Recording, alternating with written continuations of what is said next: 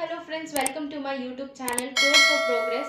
So today let us see Java's architecture. So this is one of the most important interview question where they will ask you to explain about Java's architecture. Okay, so let's see architecture of Java.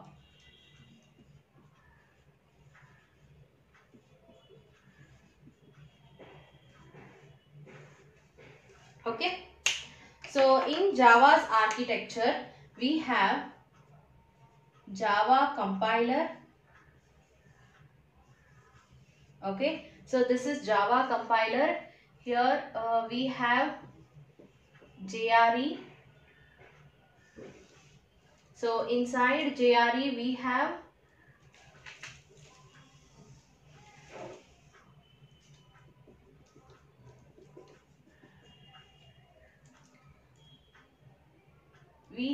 a class loader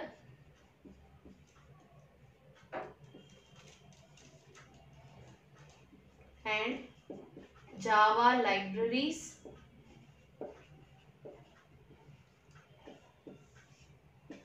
Then we have bytecode verifier. Okay. So inside JRE we also have JVM, Java's virtual machine. Okay.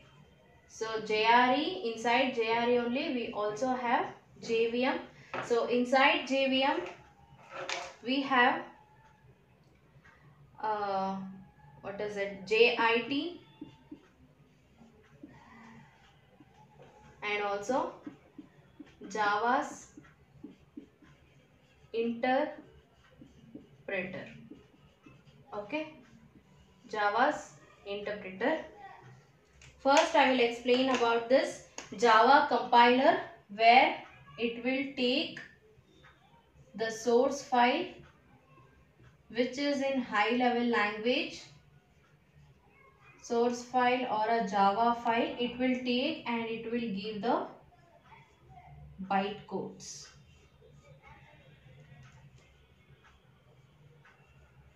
Okay, so this is the function of Java compiler. So it will take high level language code or a source file and convert it into bytecodes.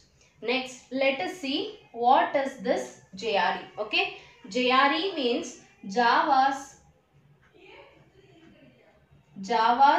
runtime environment. JRE means Java's runtime environment. So JRE is a space or a region reserved by operating system to execute a Java program in the RAM. Okay. So here we have hard disk and here we have RAM. Let us assume here we have RAM. Okay. So here we have a compiled file which we have to give it to RAM to further execute.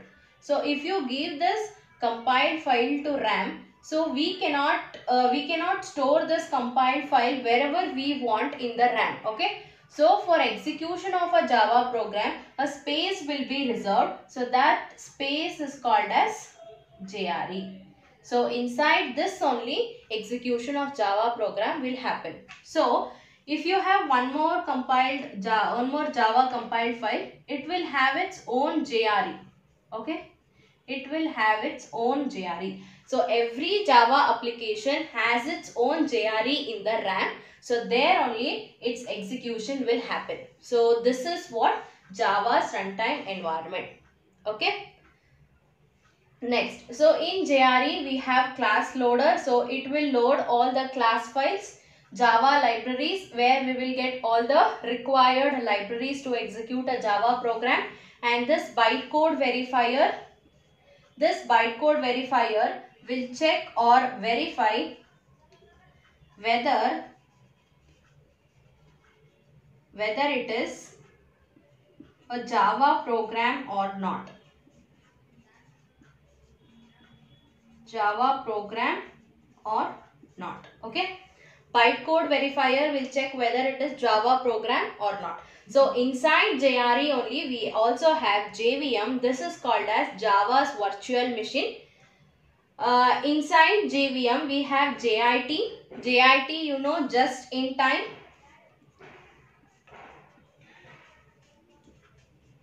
Just in time. And we also have Java's interpreter. So Java's interpreter, by using this Java's interpreter, we have a disadvantage as it executes or as it converts sequentially, that is line by line. So it will be called multiple times. Interpreter may be required multiple times if it is a long code. Okay, so but to overcome this disadvantage, to increase the efficiency of interpreter, JIT compiler is required here. That is just in time, where it will take entire bytecodes and convert it into machine level language. Okay, so this is what Java's architecture. Like I have mentioned here only few important components, but still there are many components. Only these components are required. Okay, so this Java compiler and all the JRE components are together kept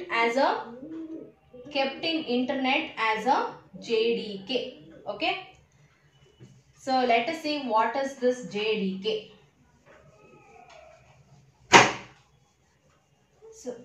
So this Java compiler and all the JRE components are put together and they kept in internet, which is called as JDK, that is Java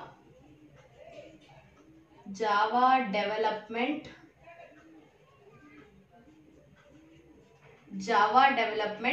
Toolkit. Okay, so in software industry this tool means softwares. Okay, this tool means softwares, and this development means we have three things, that is writing, compiling, and also executing. So in this JDK, for every software new upgradation came into existence, so we have new versions of Java. Okay, so this is about Java's architecture and JDK, that is Java Development Toolkit. If you have any doubts, please put your doubts in the comment section, so I'll try to answer your queries. Thank you for watching my video.